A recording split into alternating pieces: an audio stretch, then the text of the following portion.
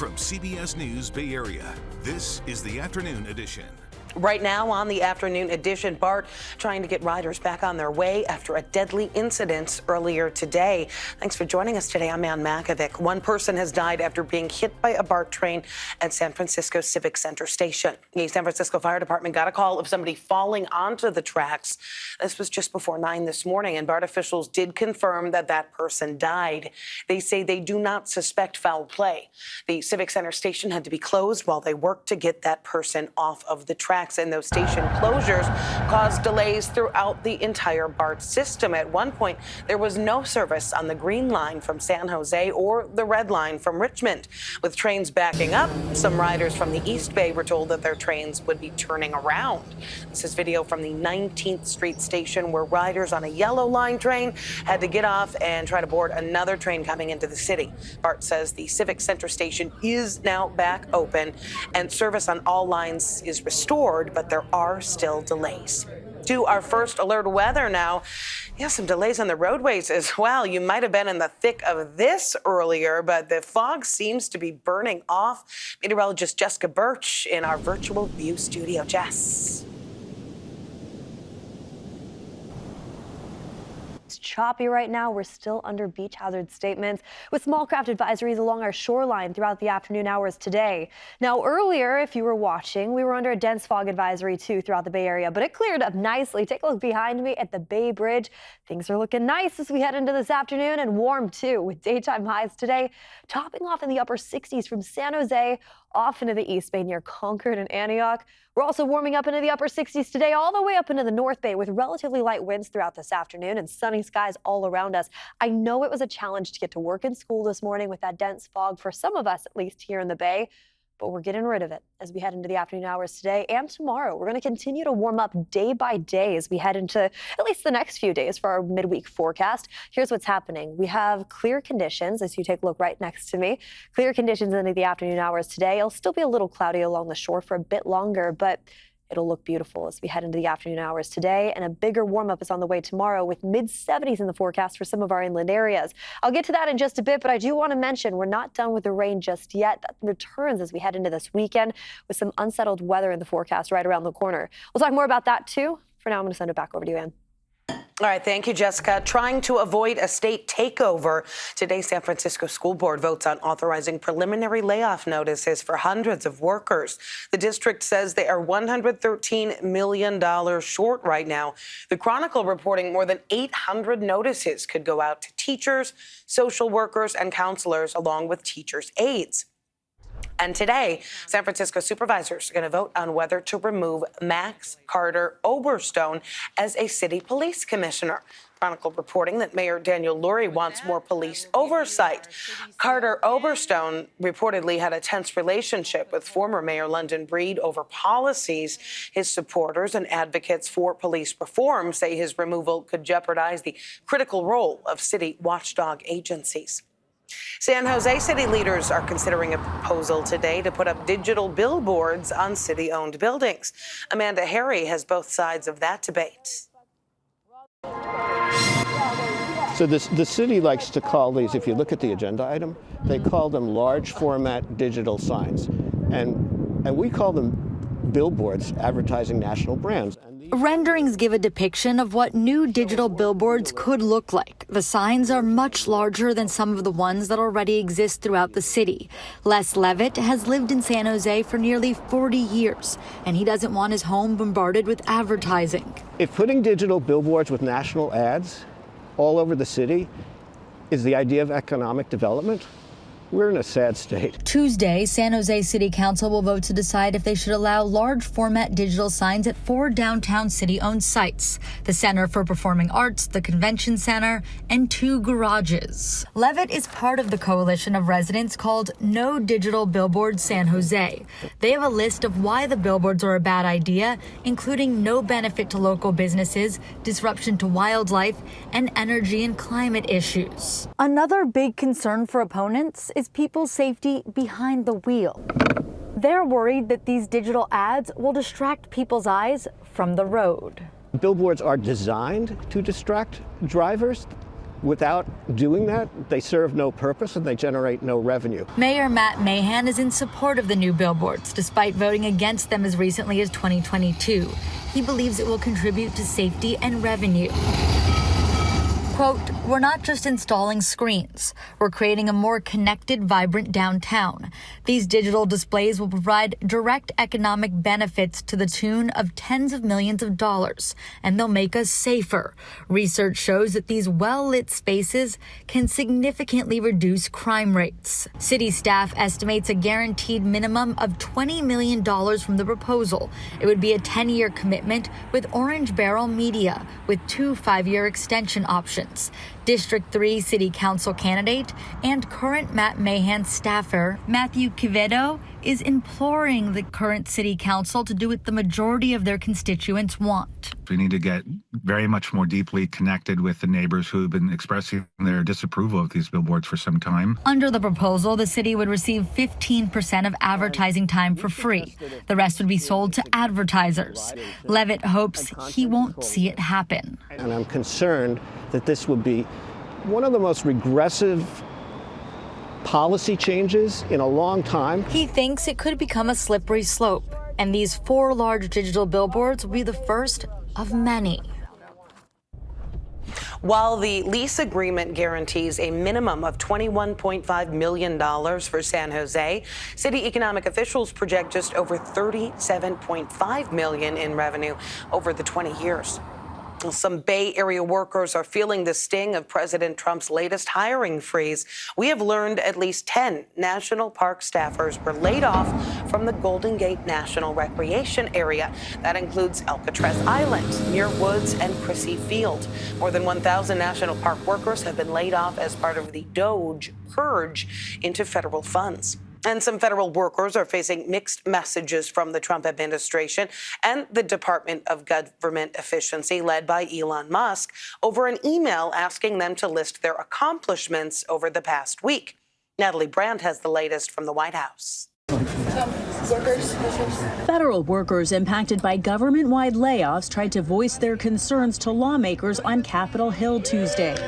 The visit came after Elon Musk doubled down on his new directive to federal employees to report their accomplishments over the past week, saying workers have a second chance or face termination. We said if you don't respond, we assume you're not around. But following pushback from some federal agencies, a new memo from the administration's Office of Personnel Management leaves it up to the individual agencies as to how to proceed. Some, including the Department of Defense, Justice, and DHS, told employees not to respond to the email, while others, including Transportation and Education, were told to comply. Unions representing federal employees have slammed Musk's latest move, saying that the workers report to the agencies that employ them, not to DOGE.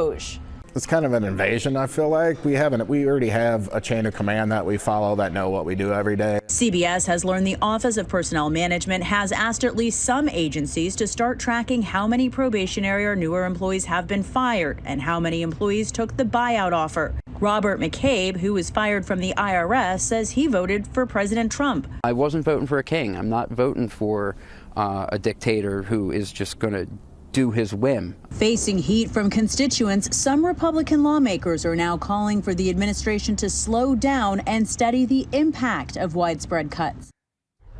And taking a live look at the White House, where President Trump is expected to sign more executive orders today. He has signed more than 70 since he took office 5 weeks ago. Still ahead here at noon and streaming on CBS News Bay Area.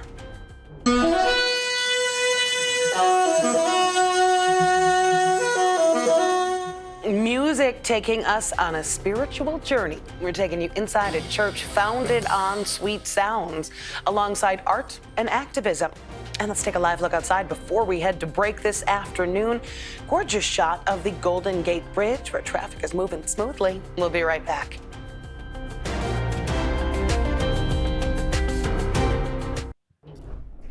Back to our first alert weather now, taking a live look outside. This is from our camera on the Salesforce Tower, looking toward Marin, and things are finally clearing up after a very foggy morning. Let's check back in with meteorologist Jessica Birch. And I'm not sure if you heard those foghorns all night long, but I didn't get the best sleep because of it. It was a very foggy morning for us throughout the Bay. Now we're starting to clear up. You see that live look behind me over the Bay Bridge. Oh my gosh, it's gorgeous as we head into this afternoon with daytime highs today in San Francisco and across that beautiful Bay Bridge over in Oakland, both sitting in the mid-60s. We're going to sit in the low 60s this afternoon along our coastline. Warmer conditions all throughout our inland areas from Santa Rosa down into San Jose. We're in the upper 60s. Now, the big weather story for us has to do with this warm-up that we're experiencing today and tomorrow. We're actually going to continue to see those temperatures rise all the way into the mid-70s in our inland areas just by tomorrow. I'll show you more of that in just a second. But earlier we talked about rain around the corner, right? As we head into the afternoon hours today and tomorrow, rain chances stay low as high pressure builds in. That really just warms us up and keeps us dry. But it continues to push away as we head into this weekend's forecast, and that increases our chance of showers by Saturday heading into Sunday. And you take a look at our rainfall outlook, showing what are the normal conditions just within the next 6 to 10 days. So that matches up pretty well. I want to show you what that does for us in our next 7-day forecast, though. I'm going to pull it up right now. You'll notice daytime highs today above average. By tomorrow, we're sitting in the mid-70s in our inland areas, which puts us about 15 degrees above average for this time of year. Match that with sunny skies, too. It's a beautiful day tomorrow, but definitely more summer-like if you ask me.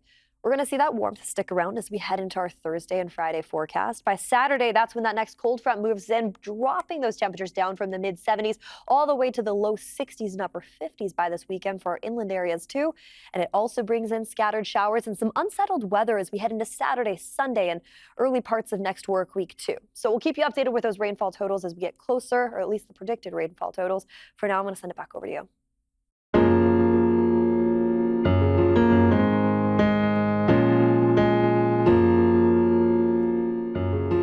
As we celebrate Black History Month, we highlight a painting of jazz legend John Coltrane that could be the answer to a congregation's prayers in San Francisco.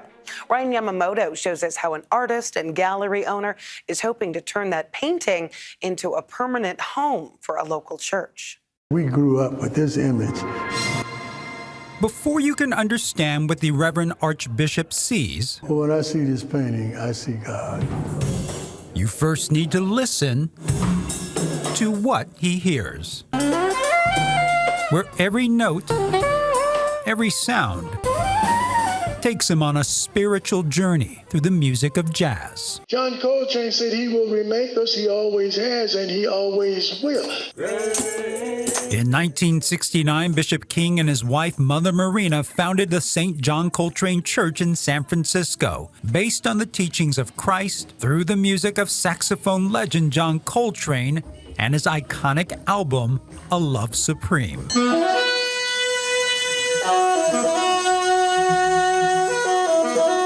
Today, service is held inside a tiny theater in Fort Mason, where for the past 53 years his church has moved from location to location. The bishop now hoping to find a permanent home. If you're going to leave something to a generation, you got to at least give them somewhere to sit, somewhere to stand, somewhere to be. That is when local artist and gallery owner Peter Shaw came up with an idea. So this has been around the world. By taking this painting of John Coltrane and turning it into a fundraiser for the church and their Coltrane Arts Foundation. And we've recently made a limited edition of 20 with 4 artist proofs of this original Coltrane portrait work. It was enough to get the attention of film director Spike Lee, who paid the gallery a visit while on a trip to San Francisco. The cool thing in the photo, Spike is looking at this painting, and he's wearing all San Francisco Giants gear. Right. So that's the most unique part about Spike's visit here, is that he was here the day of the memorial for Willie Mays. And Spike Lee wanted to buy the original. And we said, no, we're not selling it. Not ready to let go of the original that still means so much to him and his family. A painting that was gifted to the church in 1972 by Huey P. Newton and Emory Douglas of the Black Panther Party. Having it being painted by Emory Douglas, he was the Minister of Culture for the Black Panther Party, and his art was really, as I knew it, was about revolution and change. A change that Bishop King prays others will see. So when I see this, it's like looking at God. The manifestation of a painting into a permanent home through the sound and image of a love supreme. Coming up, learning self-defense from those sworn to protect. The program bringing kids and police officers together in San Francisco.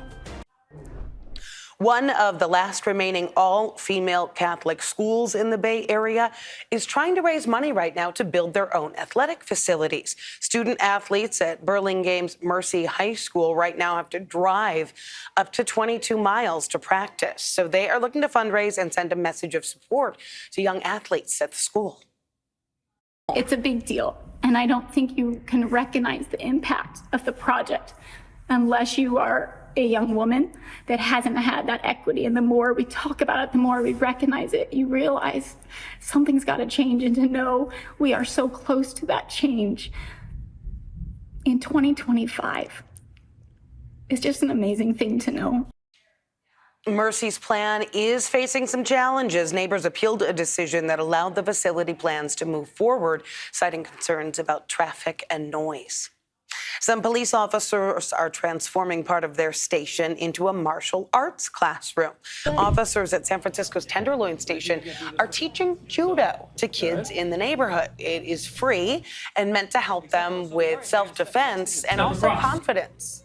Saw a need here in the Tenderloin because the Tenderloin may be the smallest district in San Francisco, but it has the most amount of kids here. Kids ages 7 to 17 can sign up, and those classes are held every Wednesday. Well, coming up, this might make you do a bit of a double take. The not-so-hidden image on this mountain that's getting a lot of likes.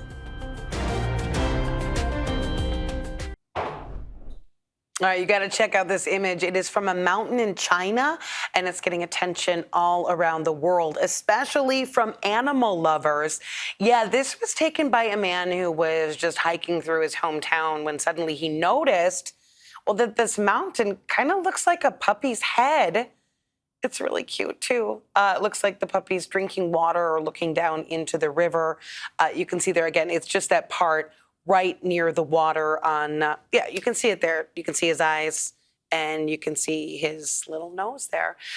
This photo has gone viral, racking up more than 120,000 likes in just 10 days. And a lot of people wondering why they didn't notice it when they first looked at the mountain. All right, that is going to do it for us here on CBS News Bay Area Afternoon Edition. Our next live newscast coming up at 5.